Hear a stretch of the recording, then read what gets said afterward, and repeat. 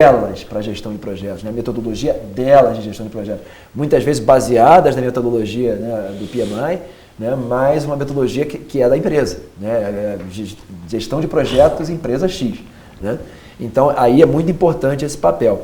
E agora, quanto ao papel de formador, eu vejo o seguinte, é muito importante o papel de difusão das técnicas, de metodologias e assim por diante, né? A uniformização disso, porque veja, você vai eliminar um fator de dissonância, né? Ou um fator de discordância entre as diversas áreas, tá certo? Todos vão falar a mesma linguagem. Todo mundo pode falar o mesmo idioma, exatamente, de alguma maneira, exatamente. Sim. E aí existe uma tendência grande, né, que isso eu acho que é um dos pontos principais, e lógico, é do interesse do PMI. O PMI deseja cada vez mais que existam profissionais de projetos independentes da área, né? Então, o que o PMI faz? Né? Ele cria jargão, né? Então, assim, cada vez mais jargão de projetos, né? Terminologia de projetos, então coisas específicas para projetos. Então, chega um momento que o jargão de projetos ele pode se sobrepor ao jargão técnico da área, né? Então, assim, aquela coisa assim, aí vai ser mais mico, né, para o gestor se ele não souber o jargão de projetos do que, né, o próprio técnico do que o jargão técnico da área. Agora, logicamente que isso acontece onde? Né? Em empresas que têm um nível de maturidade elevado em gestão de projetos. E esse é um ponto fundamental, maturidade. Né?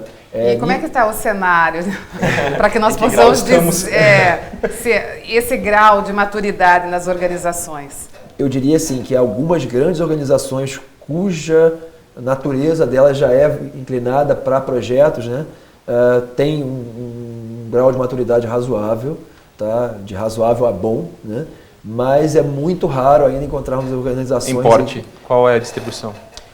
Tem algumas empresas que a gente vê claramente que o fato de elas funcionarem por projeto, quer dizer, o produto delas praticamente é um projeto, né? Elas, independente do porte, muitas vezes ela é... Design, por exemplo. Exatamente. Empresas de design eu não diria que seriam tão avançadas assim, embora seja exatamente o caso do que deveria produto, ser. Que deveria ser.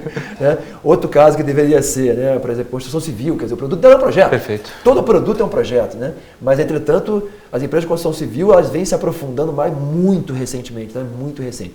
Agora, tem algumas empresas, por exemplo, aí voltando à TI, né? Algumas empresas desenvolvedoras de softwares, por exemplo, né? Consultorias na área de TI. Tem algumas empresas que aí você vê que elas já têm uma maturidade bastante grande nisso. Já foi possível perceber de alguma forma, então, que a gestão de projetos é ideal que esteja quase em todas as áreas, as empresas que não utilizam podem utilizar. Sob a ótica do planejamento e gestão de negócios, é interessante que a empresa fale esse jargão cultural voltado a projetos? É interessante que a empresa tenha esse idioma de projetos dentro, no dia a dia? Sem dúvida nenhuma, porque esse trabalho ele inicia no planejamento estratégico das organizações. Então, como o José Vicente comentou, nas grandes empresas ele está se tornando cada vez mais comum. Então, você não tem na figura de um diretor um líder de projetos, mas certamente ele já está habituado aos jargões de gerenciamento de projetos. Por quê? Do planejamento estratégico vão derivar os objetivos estratégicos das organizações. Desses objetivos estratégicos devem ser estabelecidas as iniciativas para o atingimento dos objetivos. Estrategização em si. Exatamente. E de cada iniciativa podem derivar um ou mais projetos. Então, a execução e o acompanhamento do planejamento estratégico numa organização está intimamente ligada à questão ao acompanhamento dos projetos daquela organização.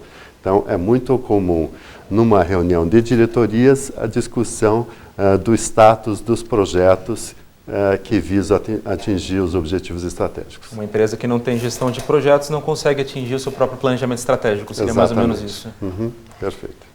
E como fica o envolvimento dos colaboradores na organização com relação a isso? Com o estabelecimento, com a implantação dos projetos? E pegando um pouquinho a questão que o José Vicente colocava com relação, mas não é a pessoa da própria área, que não conhece os jargões, como ele comentava. E como fica esse desenvolvimento, essa implantação com os colaboradores? Bom, de fato, a questão da discussão da competência do profissional, na área de TI ocorre normalmente isso. Você tem um excelente profissional de TI e ele tem dois caminhos hoje, principalmente. Ou ele vai ser líder de projetos devido à sua história anterior na construção, no desenvolvimento de projetos de TI, ou ele vai ocupar uma função gerencial. Mas tanto para uma quanto para outra questão, ele precisa ser desenvolvido. E então, imaginar que um gerente de projetos, ele pode ser gerente de qualquer projeto, pode não ser tão simples assim. Começa pela questão do escopo do projeto. Para tratar o escopo do projeto com clareza, definir os seus limites, você precisa ter um bom domínio daquele negócio. Para poder conversar, por exemplo, vai desenvolver o projeto de um satélite espacial. Como você vai conduzir, gerenciar um projeto, coordenar esse projeto, todas as ações para levar a um bom termo o projeto, se você não domina a área. E daí nós podemos estender para N outras áreas, para TI, para construção de uma usina, construção de um estádio. Há necessidade de competências específicas do gerenciamento de projetos, mas também é muito importante o domínio da área de negócio. E daí não seria o caso de trabalhar de uma maneira conjunta com a área de projetos da organização, juntamente com alguém que tem o domínio dos conhecimentos, com as competências daquela área?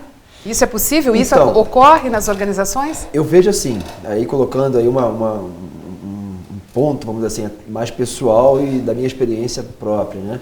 Eu acho que é possível, em algum grau, né, você ter um gestor de projetos generalista, mas esse generalismo dele tem determinadas fronteiras, né? Então, o exemplo que a gente deu aqui, né, que foi só apenas aquele pontapé inicial para a gente, né, começar a discussão. O engenheiro de grandes projetos, ele jamais vai ser um grande gestor de projetos de TI, né, de programação, ele jamais vai ser, né? E vice-versa. Tá? E vice-versa. Entretanto, eu vejo, resgatando até a pergunta do Fernando agora, né? Eu vejo que num determinado contexto, dentro de uma empresa, por exemplo, né, é muito possível sim você desenvolver um determinado profissional, né, que, por exemplo, começou numa área de TI, né, e, por exemplo, vai poder passar para uma área de sistemas de gestão, por exemplo, vamos pensar assim, né, implantação de uma nova metodologia de gestão, ou o cara que vai tocar, né, até mesmo como o Beraldi colocou a questão da gestão estratégica, né, então o cara vai passar a tocar projetos relacionados ao planejamento estratégico em outras áreas, né, mas que não tem uma tecnicidade muito acentuada. Poderíamos dizer que seria o grande... De alguma forma essa pessoa também seria beneficiada pelo fato de estar na mesma empresa e já falar um pouco do idioma corporativo dessa mesma empresa? Com certeza, com certeza. Reduz os graus de incerteza aí, né? Eu acho que... E bem interessante essa colocação do professor José Vicente quando ele diz o seguinte, que dentro da própria organização é possível sim buscar o desenvolvimento daquele colaborador, daquele profissional para que ele se desenvolva e consiga fazer a gestão de projetos já tendo conhecimento das competências daquela área. Eu acho que isso é bem importante ser destacado, porque aí também as organizações precisam buscar esse desenvolvimento e investir nos seus colaboradores. Com certeza. Até pegando um gancho numa pergunta que me foi feita por um aluno uma vez, né? Um dos nossos alunos, né? Ele colocou assim, eu quero sair da área de TI, né? Eu quero sair da área de TI, eu quero ser gestor de projetos de outra área, né? Professor, você vai me capacitar agora? Eu falei da pergunta, mas não dei a resposta que eu tinha dado na ocasião. O que eu disse para ele? Olha, saia dentro da sua empresa. Ou seja, saia da área de TI dentro da sua empresa. Aproveite-se do fato de existir esse contexto e saia da área de TI dentro da sua empresa.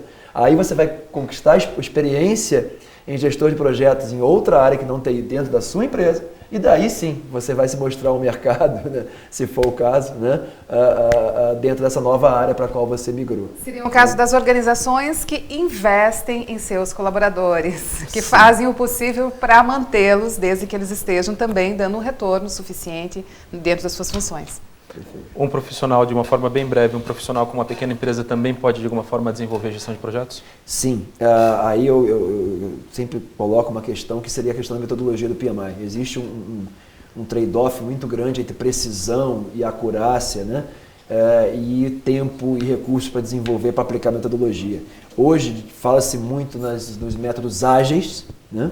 E eu acho que essa seria uma uma abordagem bem interessante para pequenas empresas que lidam com projetos de complexidade menor. Né? Eu acho que os métodos ágeis seria uma... Acredito que nessa linha, então, tanto um curso de especialização nos ajuda muito a compreender isso, assim como também trabalhar na própria certificação PMI e assim por diante. Com certeza. Estamos nos aproximando já do nosso segundo bloco, então deixamos também a questão norteadora que será a pauta de discussão durante o terceiro bloco.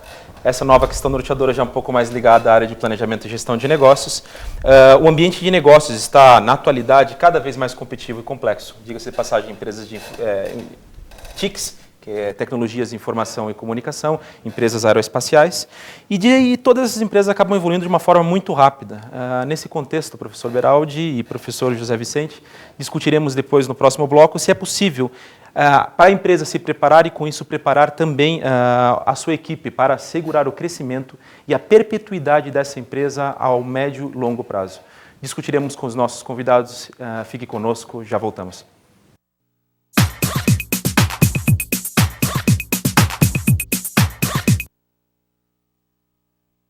Mais de 50 opções de cursos, 7 áreas do conhecimento, experiência de mais de um século. Todo o know-how da FI Business School está à disposição do mercado em 4 áreas de atuação. Executive Education, com a promoção de cursos para executivos de altíssimo nível em parceria com a ESAD. FI Training, com cursos de curta duração para capacitar, atualizar e desenvolver profissionais de maneira objetiva e rápida. Convênios internacionais, transformando os alunos em verdadeiros players mundiais. Consultoria, prestando orientações técnicas seguras para as mais variadas áreas de negócios. FI Business School, a vanguarda do conhecimento na área de negócios.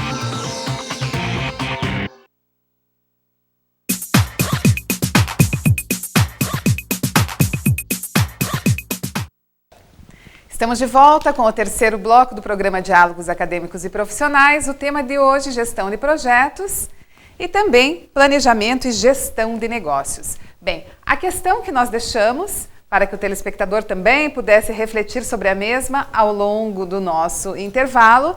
E agora nós a faremos novamente para os nossos professores que estão conosco dialogando no estúdio, que tem a ver com esse crescimento atualmente cada vez mais competitivo e complexo nos ambientes de negócios. Bem, em determinadas áreas, como TI e telecomunicações, que evoluem de uma forma mais rápida, essa competitividade acaba sendo mais acirrada.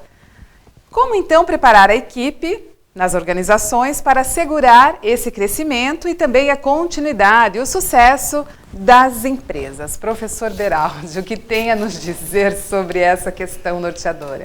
Esse é um grande desafio, porque quando nós pensamos na capacitação, no desenvolvimento de um profissional, normalmente nós pensamos nas questões técnicas. E talvez não só as questões técnicas sejam as principais a serem trabalhadas. Então, normalmente eu procuro focar no desenvolvimento de características técnicas e de características comportamentais. Então, hoje um desafio para o profissional é ele ter a habilidade técnica necessária para o desempenho da sua função, como no caso de um líder de projetos, ele tem uma série de competências na área de gerenciamento de projetos que ele precisa desenvolver, aprimorar e adquirir, mas também ele trabalha com uma equipe, ele presta contas para uma gerência imediata ou para uma diretoria, então ele precisa desenvolver fortemente habilidades de relacionamento, habilidades comportamentais. Então, eu acredito que o segredo hoje é compreender claramente quais são as demandas de conhecimentos técnicos, de habilidades técnicas que você precisa desenvolver, mas também das habilidades comportamentais que são cada vez mais necessárias. Esse foi um aspecto que nós não comentamos tanto ao longo do primeiro e do segundo bloco. Aliás, o professor José Vicente começou a apontar com relação a esse colaborador não ter um conhecimento dos jargões, mas assim, com relação a comportamental, nós ainda não exploramos. Que é bastante comum nas organizações, professor, surgir esse tipo de situação, esse probleminha? Sem dúvida, foram colocadas as questões dos jargões técnicos, né? Por exemplo, a minha formação é fortemente técnica na engenharia, na matemática, na física, mas depois eu tive que fazer um bom investimento também em áreas de gestão e na área comportamental, porque em determinados, dependendo do cargo que você ocupa, não tanto a questão técnica, mas as questões de habilidades de relacionamento, de negociação, passam a ser preponderantes. Então, temos que ter também condições de desenvolver isso para o sucesso do profissional, do seu crescimento e os resultados da organização.